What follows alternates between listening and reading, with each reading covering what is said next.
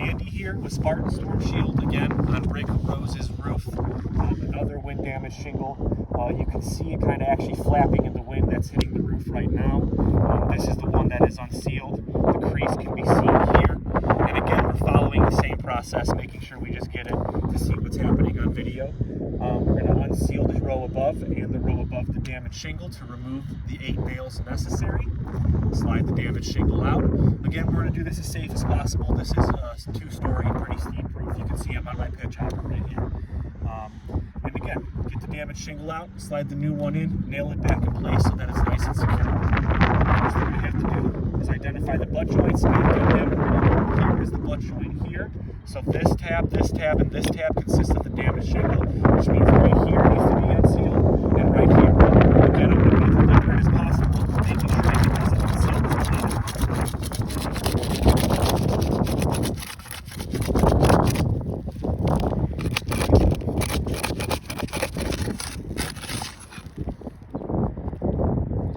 Again, we have upper delamination where the damaged shingle is sticking from the sealant that has been on here for 20 years to the one below.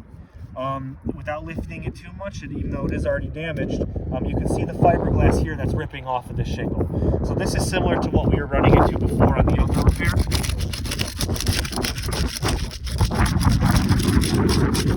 Some other roofs that have been sealed down for so long can't handle the process of the repair and do incur damages.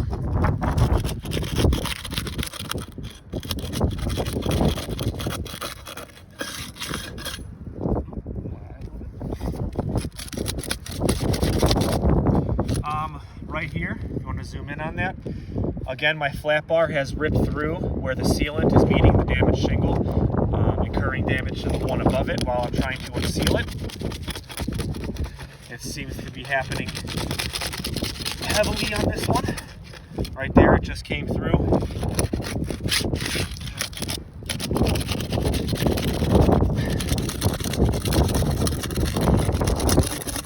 Again, right here.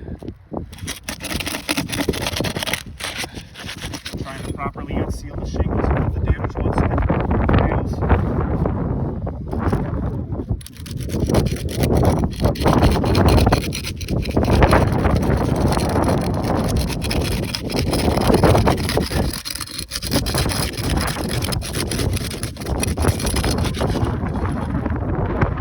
Right here we have some more upper delamination onto the shingle that is not being repaired, just unsealed to remove the nails. You can see the fiberglass ripping loose and sticking to the one below it, causing damage to the shingle that was not damaged.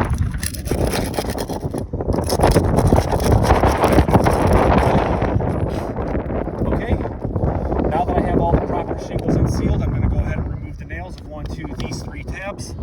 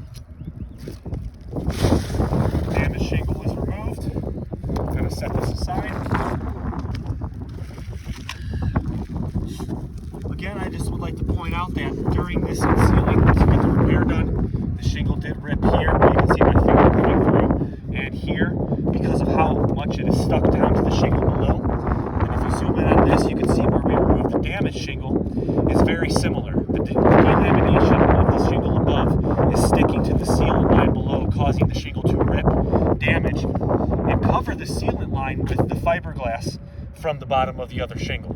So this could be an issue as far as the new shingle resealing along the sealant line, where you can see all this fiberglass right here. See? All along there. So again, that could be a problem as far as letting the shingle reseal properly and having the repair do its job. Not to mention the incurred damages here and here that have to be taken care of because they were incurred during the repair.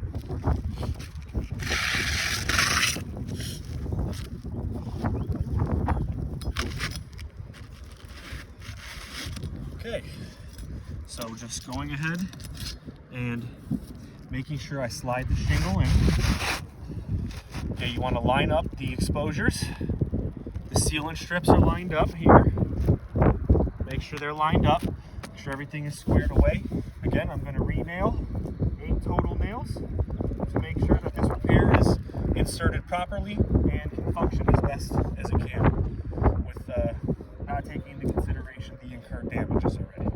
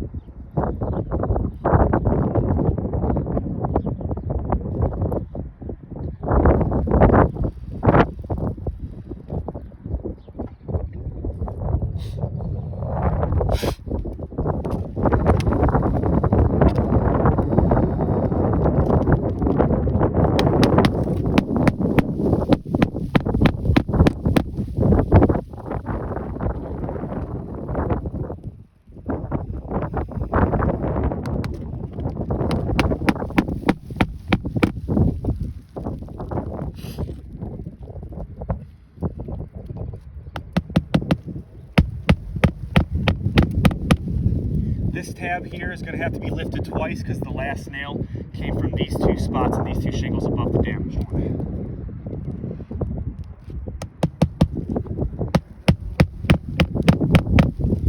Okay, so the shingle is now installed.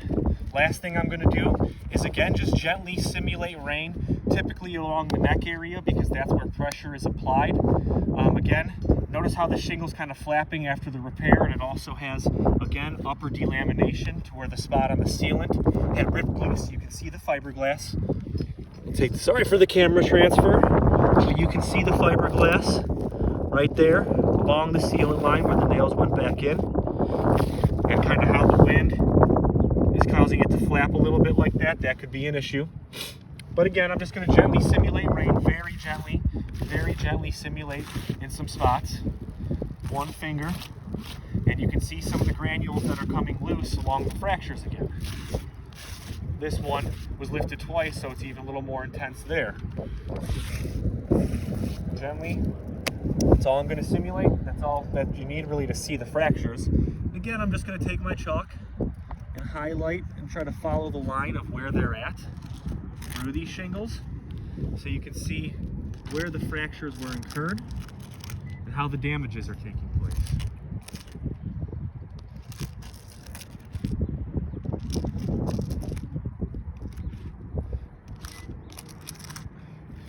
Again, got a couple spots where the shingle was ripped. I'll do another camera transfer.